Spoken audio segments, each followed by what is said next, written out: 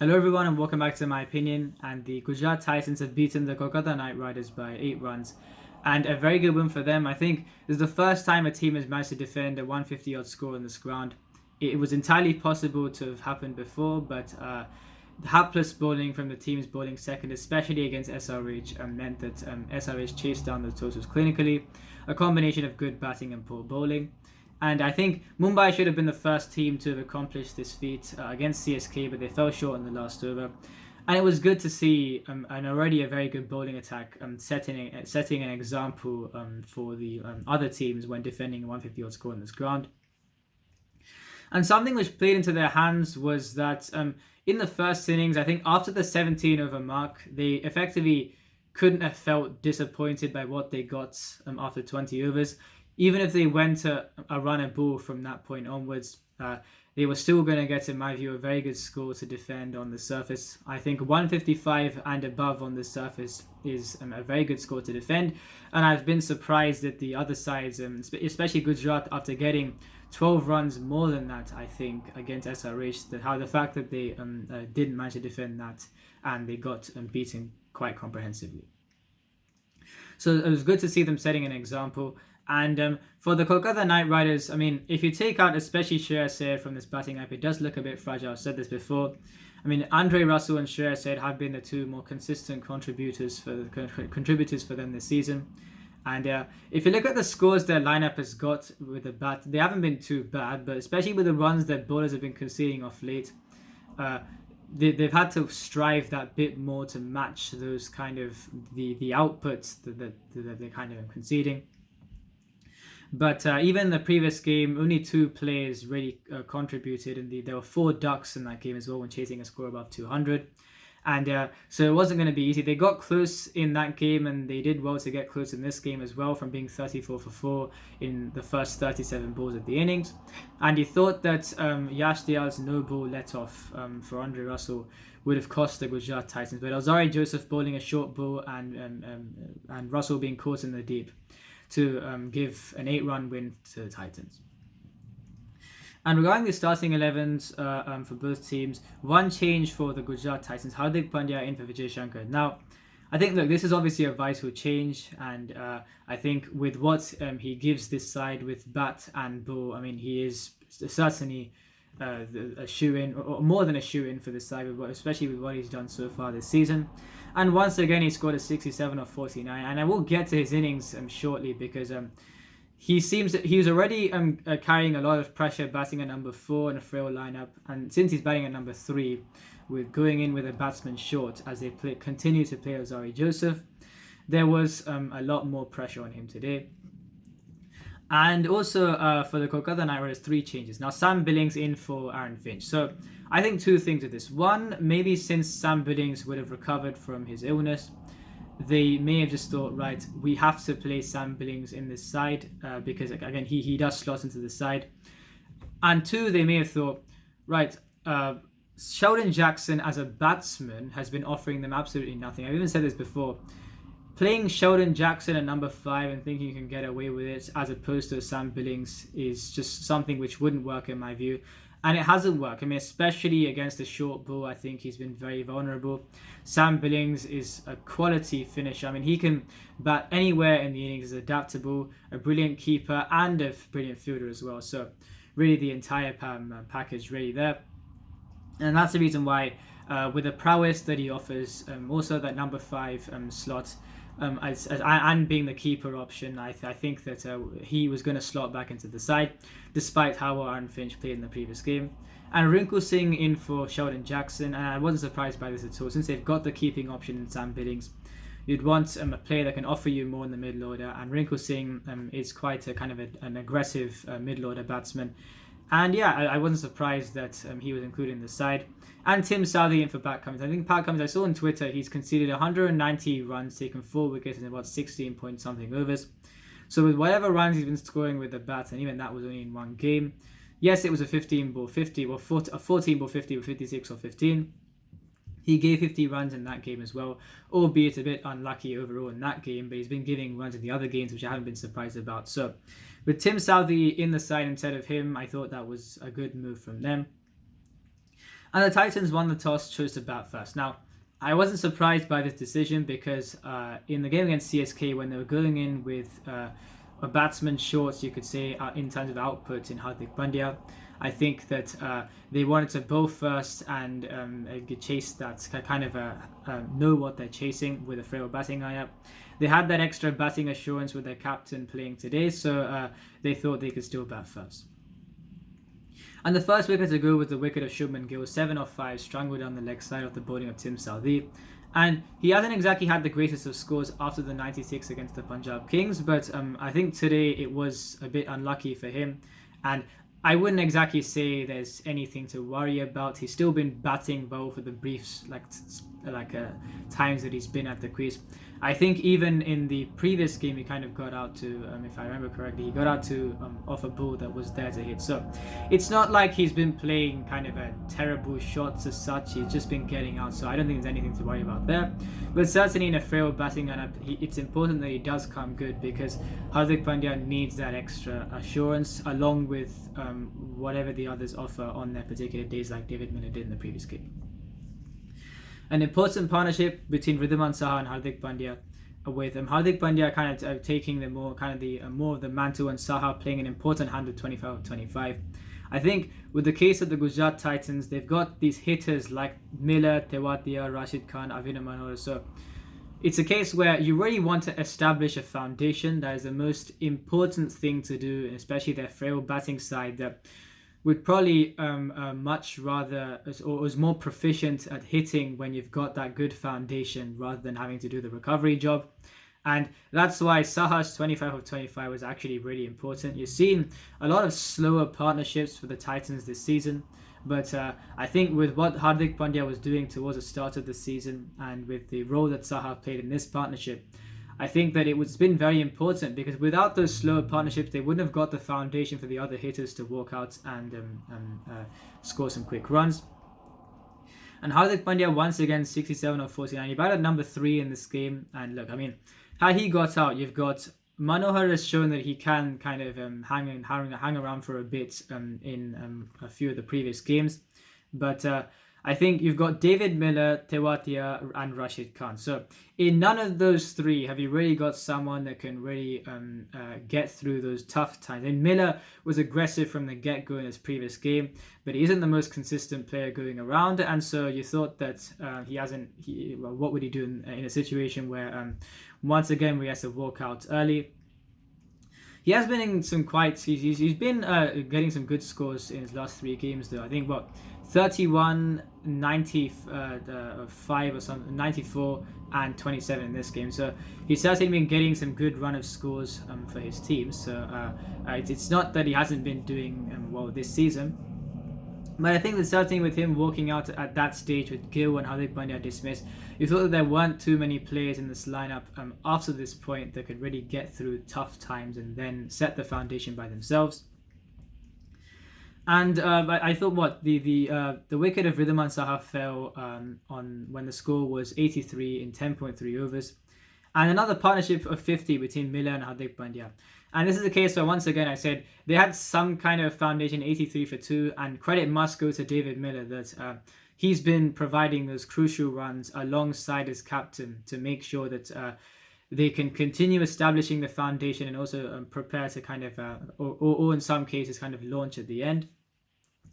In this case, 3 for 3 on a tough pitch to bat on in 16.2 overs when he got out. Had he been batting there, maybe they would have got a lot more runs had Miller and Pandya been batting going into those last 3 overs. But I think from that point onwards, as I've said before, they were never really going to be disappointed with the score that they got. I think 137 for 3 at the end of 17 overs. And even if they went to at a run and ball with their bowling attack, they could certainly defend a very good score on the surface. And Andre Russell, 4 wickets for 5 runs in his last over. And even he alluded to the performance against Mumbai Indians, where I think got 5 for 8 in 2 overs. And he's kind of been a last over specialist, I think, this season. And that is the way that they should use him, because he's certainly bowling more than 2 overs, you could say, on a regular basis would be tough on his body. He has probably way too much muscle mass, which helps him in his batting. And even then, he has kind of had a few wrist injuries when he's batting. So I remember in 2019 when he scored that 80 odd, I think, or 60 odd against RCB with a wrist injury. And yeah, I think that so it's better that if he bowls less, but because of injury issues, but certainly with what he's giving you when he does bowl. In sometimes he's blown hot and cold this tournament, but he is capable of producing these kind of performances. I think especially when he goes around the wicket and to the right hander and bowls those wide Yorkers, he's a very hard bowler to get away. So. And a very good performance from him. And after an already good foundation, I don't think GT would have been too bothered about the last over.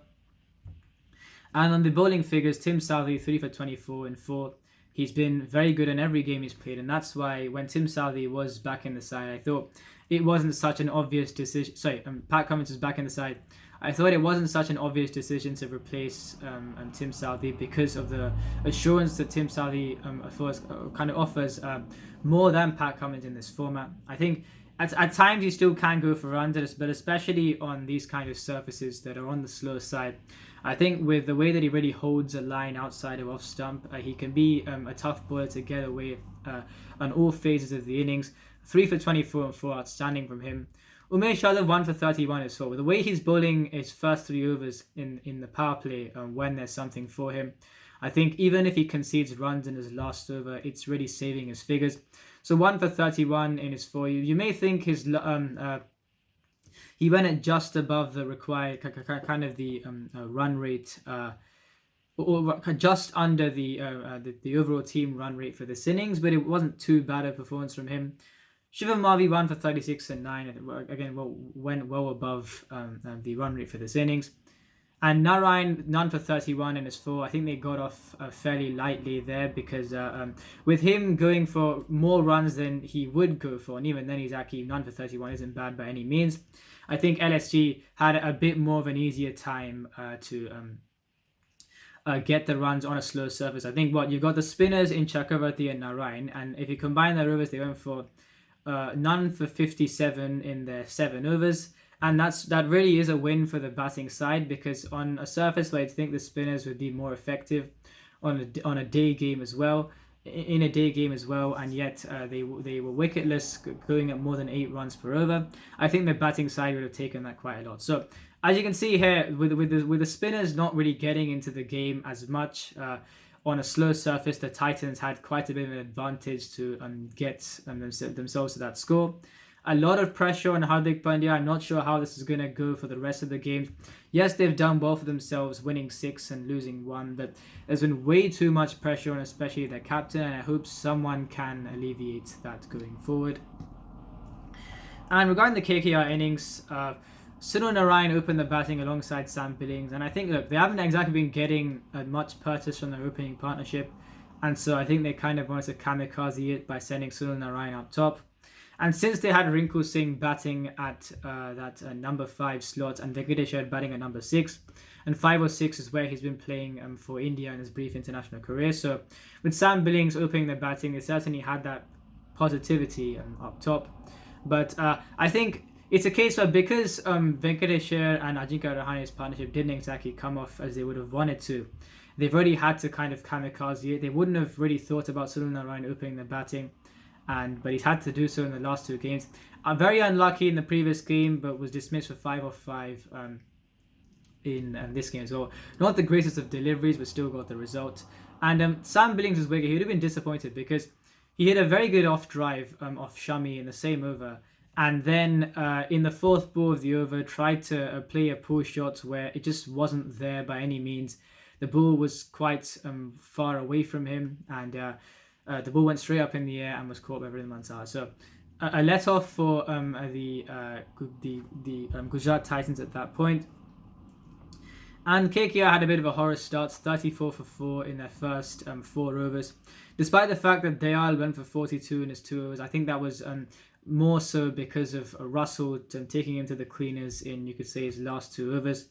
I think in his first 2 overs he was excellent, really hitting that length as he has been doing successfully so far when he's been bowling. And it's been a case where his figures haven't exactly shown how well he's been bowling up top, but I think it certainly has been a positive with the way that he's been hitting a length bowling at decent speeds.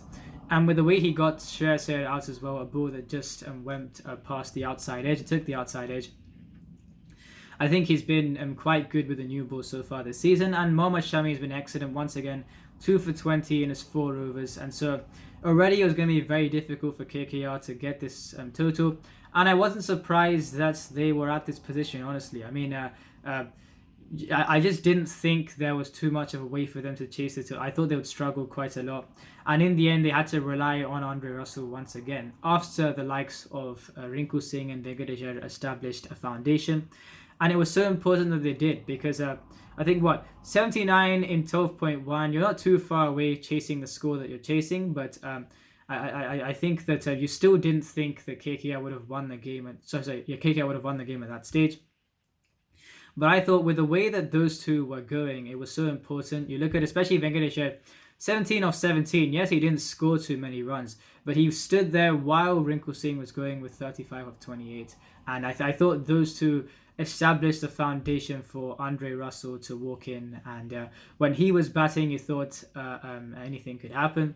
And with a no ball let off from the bowling of Yash Dayal, Andre Russell did get a reprieve, and you thought it would almost cost KKR in the end. But Azari Joseph, after his first ball going for 6, bowling a short ball, and Russell being dismissed, and that pretty much ensured the victory for Gujarat Titans. So again, a bit of they probably wouldn't have wanted things to get that close after originally they should have dismissed Andre Russell if it wasn't for the no ball. A very good plan as well from Yash Dayal, going shorts very early on. So a shame that it didn't turn out to be a wicket because of the no ball, but in the end the Titans winning the job, kind of doing the job in the end. And I think that, look, even Matthew Wade admitted in the mid-innings interview in the first innings, David Miller admitted in the post-match interview in the in their previous game, they really should have lost most of their games. But I think that it's the performances that they've been getting from their captain, Shubman Gill with his 250s, David Miller with his blitzkrieg of innings in his previous game, and with the bowling attack as well. So Hardik Pandya has recently said that he would back his chances. I'm kind of paraphrasing. He would back his chances with the bowling attack that he has, and I think certainly he has all the tools to do so with his own bowling as well. There's a thing where, look, he didn't really bowl today, and that's why I think there was a boundary where he was running quite within himself, kind of jogging, because until the last moment he thought he could flick the ball back at the last minute, but the ball went for 4, and he was off the field for the last few overs.